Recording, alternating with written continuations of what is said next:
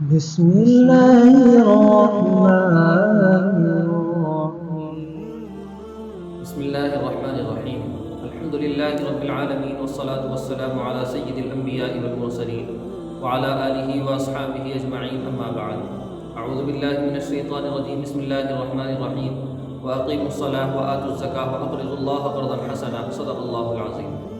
معزز ناظرین اکرام، اللہ رب العزت کا یہ فضل ہے، کرم ہے، احسان ہے کہ اس نے ہمیں رمضان کا یہ بابرکت مہینہ عطا فرمایا ہے، اور اس مہینے کے اندر اللہ رب العزت کی رحمتیں، برکتیں موسلادھار بارش کی طرح برس رہی ہے، جو بندوں کے گناہوں کو دھو کر انہیں پاک صاف بنا رہی ہے، اور بندے بھی اللہ رب العزت کی رحمتوں برکتوں کو سمیٹ لینے میں ہر طرح کے ہیلے اور اسباب اختیار کر رہے ہیں۔ چنانچہ یہ دیکھا گیا ہے کہ لوگ اکثر اسی مہینے میں زکوٰۃ ادا کرتے ہیں، اور اس سے ان کی منشا یہ ہوتی ہے کہ اس مہینے میں زکوٰۃ ادا کرنے پر ثواب زیادہ ملتا ہے۔ واقعی بات بھی ایسی ہے، اللہ کے نبی علیہ السلام کا فرمان ہے کہ جو شخص رمضان کے اندر کوئی غیر فرض عبادت کرتا ہے اللہ کا قرب حاصل کرنے کے لیے، تو اس کو غیر رمضان کے فرض کے برابر ثواب دیا جاتا ہے، اور جو شخص رمضان کے اندر کوئی فرض عبادت کرتا ہے تو اس کو غیر رمضان کے 70 فرضوں کے برابر ثواب دیا جاتا ہے۔ اب زکوٰۃ جو ہے یہ کوئی غیر فرض عبادت تو ہے نہیں، فرض عین ہے، بلکہ مذہب اسلام کا بنیادی اور اہم رکن ہے، تو اس پر تو انشاءاللہ 70 فرضوں کے برابر ثواب دیا جائے گا۔ اب 70 فرضوں کا ثواب ہوتا کتنا ہی ہے تو اللہ رب العزت بہتر جانتے ہیں، ہمیں صرف اتنا معلوم ہے کہ ہاں، عبادتوں میں سب سے افضل ثواب جو ہوتا ہے وہ فرضوں کا ہوتا ہے۔ میں نے جو آپ کے سامنے قرآن کریم کی آیت کا حصہ تلاوت کیا ہے، اس میں اللہ رب العزت نے اسی فریضے کا حکم فرمایا ہے۔ اب انسانوں کے اندر کچھ لوگ تو وہ ہیں جو صاحب نصاب ہیں، جو زکوٰۃ کو بخوشی ادا کر رہے ہیں، اور کچھ لوگ وہ ہوتے ہیں کہ جو زکوٰۃ ادا نہیں کرتے، استطاعت کے باوجود اس فریضے سے سبکدوش نہیں ہوتے، اور وہ یہ کہتے ہیں کہ بھئی زکوٰۃ دینے سے مال گھٹتا ہے، بڑھتا نہیں ہے، اس لیے زکوٰۃ دینے سے کیا فائدہ۔ تو دیکھیں، صحیح معنی میں اللہ کا نیک بندہ ہونے کے لیے دو باتوں کا ہونا نہایت اہم و ضروری ہے۔ ایک یہ کہ بندے کا اپنے مالک کے ساتھ، اللہ رب العزت کے ساتھ انتہائی گہرا ربط و مضبوط تعلق ہو۔ دوسرا یہ کہ اس کی مخلوق کے ساتھ بھی اتنا ہی گہرا ربط اور تعلق ہو۔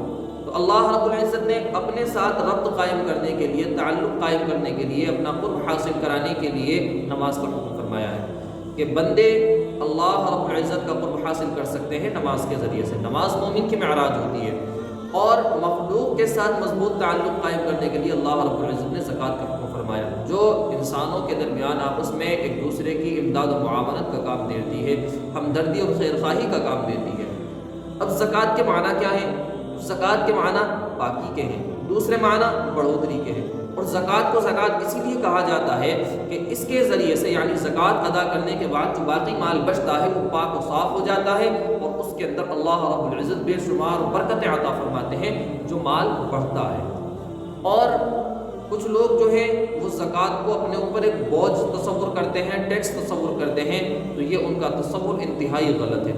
اللہ رب العزت نے اس فریضے کو بار بار قرآن کریم میں ذکر فرمایا ہے، جس سے اس کی اہمیت کا اندازہ ہو جاتا ہے، اور اللہ رب العزت نے اس فریضے کو نماز کے ساتھ ذکر فرمایا ہے۔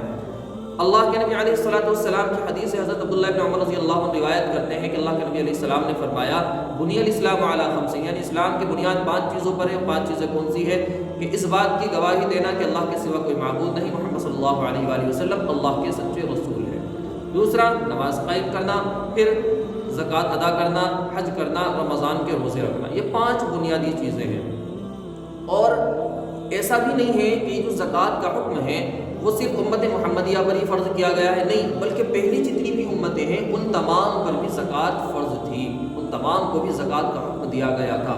قرآن کریم ہمیں اس بارے میں ہماری رہنمائی فرماتا ہے، ہمیں بتاتا ہے کہ حضرت اسماعیل علیہ السلام کے بارے میں آتا ہے، وَكَانَ يَأْمُرُ أَهْلَهُ بِالصَّلَاةِ وَالزَّكَاةِ، کہ حضرت اسماعیل علیہ السلام اپنے اہل و عیال کو نماز اور زکوٰۃ کا حکم دیتے تھے۔ اسی طرح حضرت عیسیٰ علیہ السلام کے بارے میں آتا ہے، وَأَوْصَانِي بِالصَّلَاةِ وَالزَّكَاةِ مَا دُمْتُ حَيًّا، کہ اللہ رب العزت نے، حضرت عیسیٰ علیہ السلام فرماتے ہیں کہ اللہ رب العزت نے مجھے مرتے دم تک نماز اور زکوٰۃ کا حکم فرمایا ہے کہ میں نماز اور زکوٰۃ ادا کرتا رہوں۔ اسی طرح سے بنی اسرائیل سے یہ عہد لیا گیا تھا کہ تم نماز اور زکوٰۃ ادا کرنا۔ تو قرآن کریم ہماری رہنمائی فرما رہا ہے، ہمیں بتا رہا ہے کہ یہ جو زکوٰۃ ہے یہ صرف امت محمدیہ پر فرض نہیں ہے، بلکہ پہلی تمام امتوں پر بھی زکوٰۃ فرض کی گئی تھی۔ اب انسانوں کے اندر مختلف مزاج کے لوگ ہوتے ہیں، کچھ وہ ہوتے ہیں جو آسانی سے سمجھ جاتے ہیں اور بات کو مان لیتے ہیں، کچھ لوگ وہ ہوتے ہیں کہ جو سختی کی زبان کو زیادہ پسند کرتے ہیں، سختی کی زبان کو سمجھتے ہیں۔ تو اللہ رب العزت نے ایسے ہی لوگوں کے لیے فرمایا جو لوگ زکوٰۃ ادا نہیں کرتے، استطاعت کے باوجود بھی مال کو جمع کر کے رکھتے ہیں لیکن زکوٰۃ ادا نہیں کرتے، تو ان لوگوں کو اللہ رب العزت نے بڑی سخت وعید سنائی ہے۔ فرمایا، یہ آیت سورہ توبہ کی ہے، فرمایا والذین یکنزون الذهب والفضة ولا ينفقونها في سبيل الله فبشرهم بعذاب أليم يوم يحمى عليها في نار جهنم فتكوى بها جباههم وجنوبهم وظهورهم هذا ما كنزتم لأنفسكم فذوقوا ما كنتم تكنزون۔ فرمایا کہ جو لوگ سونا چاندی کو جمع کر کے رکھتے ہیں اور اس کو اللہ کے راہ میں خرچ نہیں کرتے، تو آپ ان کو دردناک عذاب کی خبر سنا دیجئے۔ اور یہ عذاب کب ہوگا؟ کہ جس دن ان کے مال کو جمع کیے ہوئے مال کو جہنم کی آگ میں تپایا جائے گا اور پھر اس سے داغا جائے گا ان کی پیشانیوں کو، ان کے پہلوؤں کو اور ان کی پیٹھوں کو، اور ان سے کہا جائے گا کہ چکھو اس کا مزہ، یہ وہ چیز ہے جس کو تم دنیا کے اندر جمع کر کے رکھتے تھے۔ علماء نے اس کی تفسیر کے اندر لکھا ہے کہ اللہ رب العزت نے داغ دینے کے لیے پیشانی، پہلو اور پیٹھ کو کیوں خاص کیا ہے؟ اس کی وجہ یہ ہے کہ جب ایک مانگنے والا، ایک سائل کسی مالدار کے پاس، کنجوس مالدار کے پاس آتا ہے، سب سے پہلے اس کی پیشانی پر بل آتے ہیں، وہ سوچتا ہے بھائی یار یہ کیوں آ گئے۔ اس کے بعد میں وہ دائیں بائیں ہونے کے لیے ادھر ادھر جاتا ہے، بچنے کی کوشش کرتا ہے، اسی لیے پہلوؤں کو ذکر فرمایا۔ اور اگر مانگنے والا پھر بھی پیچھا نہ چھوڑے تو اسے پیٹھ دکھا کر بھاگ جاتا ہے، اسی لیے پیٹھ کو خاص کیا ہے۔ تو اللہ رب العزت نے داغ دینے کے لیے پیشانی کو، پہلوؤں اور پیٹھ کو اسی لیے خاص کیا ہے۔ تو ہمیں چاہیے کہ ہم اس مذہب اسلام کے بنیادی اہم رکنوں کو اپنی خوشی کے ساتھ ادا کریں اور ان لوگوں کے فہرست میں شامل ہو جائیں جن کو اللہ کے نبی علیہ السلام نے خوشخبری سنائی ہے کہ سخی آدمی جو ہوتا ہے، جو زکوٰۃ ادا کرتا ہے، وہ اللہ کے بھی قریب ہوتا ہے، وہ جنت کے بھی قریب ہوتا ہے، وہ لوگوں کے بھی قریب ہوتا ہے، اور وہ جہنم سے دور ہوتا ہے۔ تو ہمیں چاہیے کہ ہم اس فہرست میں آئے۔